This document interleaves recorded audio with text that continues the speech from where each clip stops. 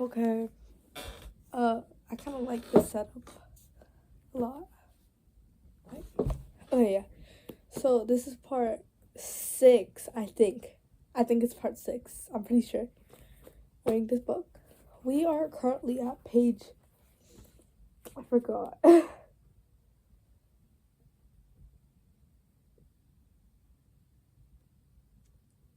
um.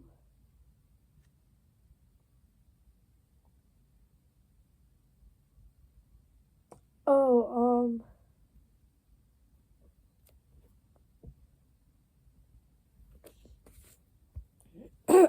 Okay. Yeah. Okay. I know where we're gonna start. So, 10 minutes now. Well, son, it was shortly afterwards that my paper slipped from my hands and felt terrible, sickening fear came came over me. What has habit been doing to me? The habit of finding fault and reprim, prim, permitting. I don't know. Permitting. This was my reward to you for being a boy. It was not that I did not love you. It was that I expected too much from youth, and for I was measuring you by the yardstick of my own years. And there was so much that was good and fine and true in your character.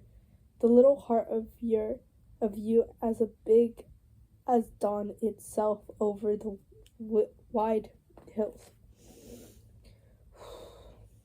This was shown by your spontaneous impulse to rush in and kiss me good night. Nothing else matters tonight, son. I have come to your bedside in darkness. I have knelt there, ashamed. Oh my god, my throat. It was a terrible. It was a feeble, autonomous. I know that you would not understand these things if I told you to them during your waking hours. But tomorrow, I will be a real dad. I will chum with you and suffer when you suffer and laugh when you laugh. I will bite my tongue when you im- impatient when impatient words come. I will keep saying as if it were a ritual. He is nothing but a boy, a little boy. I am afraid I have visualized you as a man. Yet as I see you now, sun crumpled and wearily in your coat, I see that you're still a baby. Yesterday you were in your mother's hands, your head on her shoulders. I've asked too much, too much. Instead of condemn, con, con, I think condemning.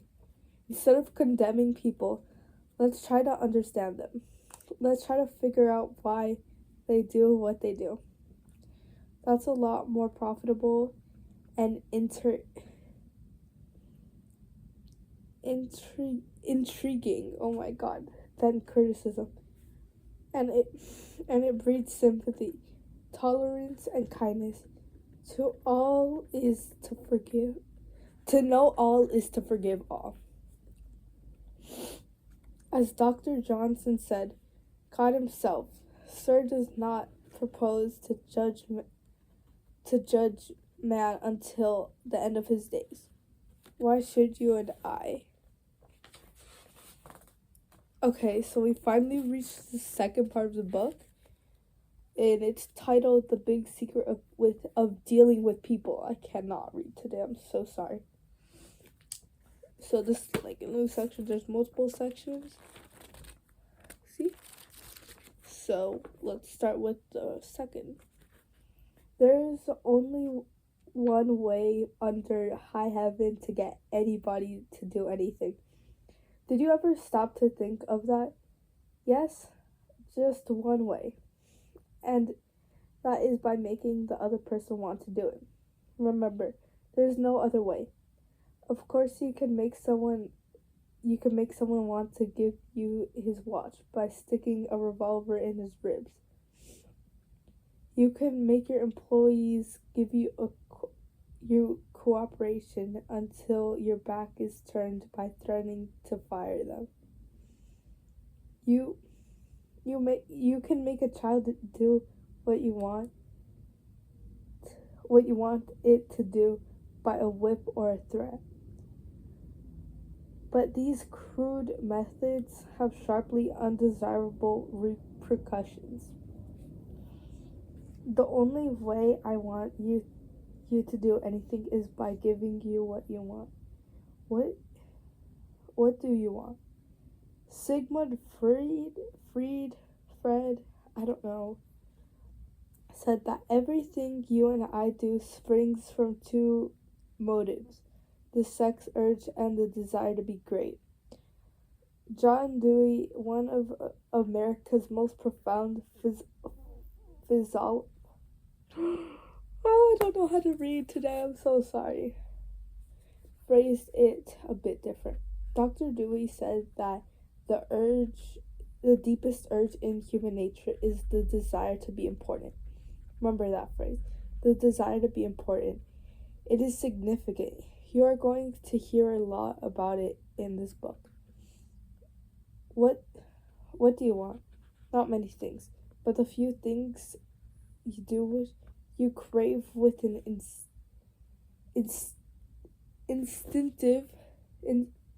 instances that will not be denied. Some of the things most people want will include, it's like a list, so I'm going to read them all. Number 1, health and preservation of life. Number 2, food. Number 3, sleep. Number 4, money and the things money will buy. Number 5, life in the hereafter. 6, sexual gratification. 7, well-being of our children. 8, a feeling of importance. Almost all of these wants are usually gratified, all except one. There is one longing almost as deep, almost as impressive as the desire of food or sleep, which is the seldom gratified. It is what Freud calls the desire to be great.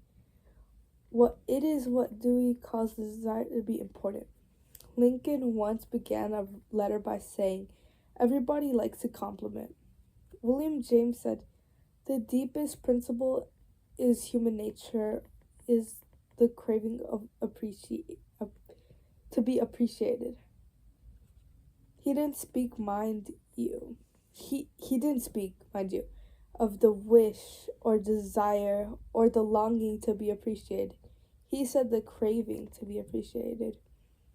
Here is a gnawing and unfaltering human hunger, and the rare individual who honestly satisfies his heart hunger with hold people in the palm of his or her hand. And even the undertaker will be sorry when he dies. The desire for a feeling of importance is one of the chief distinguishing differences between mankind and the animals. To illustrate, when I was a farm boy out in Missouri, my father bred fine Duroc Jersey hogs and oh my god, guys, almost 10 minutes. Pedigreed white-faced cattle. We used to exhibit our hogs and white-faced cattle at the country fairs and livestock shows that throughout the Middle West we won first prizes by the score. My father pinned his blue ribbons on a sheet of white muslin, and when his friends or visitors came to the house, he would get out the long sheet of muslin. He would hold one end and I would hold the other when he exhibited the blue ribbons. Okay, that's 10 minutes. I'll see you guys tomorrow, this time, of course, and bye-bye.